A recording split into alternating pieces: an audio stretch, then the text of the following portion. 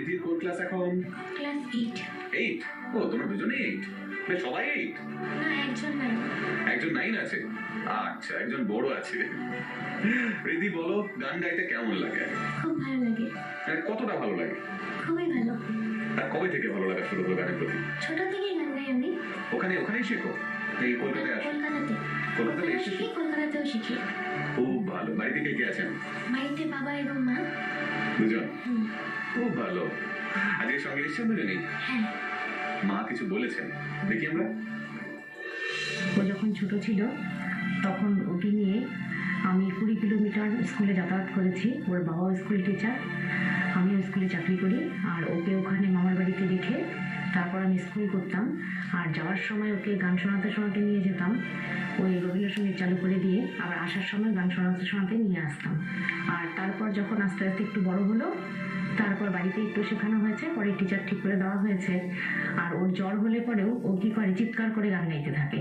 মানে গানটাকেও ভীষণ ভালোবাসে। ওর নিজের লেখা এবং নিজের সুর করা 8খানি গান রিলিজ করেছে। নিজের তৈরি করা গান? কি ভালো। এখানে কি তোমার অবদান কি ছিল? শুধু গাওয়া নাকি লেখা ও সুর করা? মানে আমি লিখেছি, আমি সুর করেছি। বাহ, শুনি দুলার কিছু শুনি, তারপর নয় তোমার পছন্দের কোনো একটা গান শুনবো। আমি শিক্ষক দিবস নিয়ে একটি গান লিখেছিলাম। হ্যাঁ, ওটা শুনবো। একদম। চন্দ্রের সে স্নিগ্ধ পরশ স্মরণ করায় শিক্ষক দিবস। চন্দ্রের সে স্নিগ্ধ পরশ স্মরণ করায় শিক্ষক দিবস।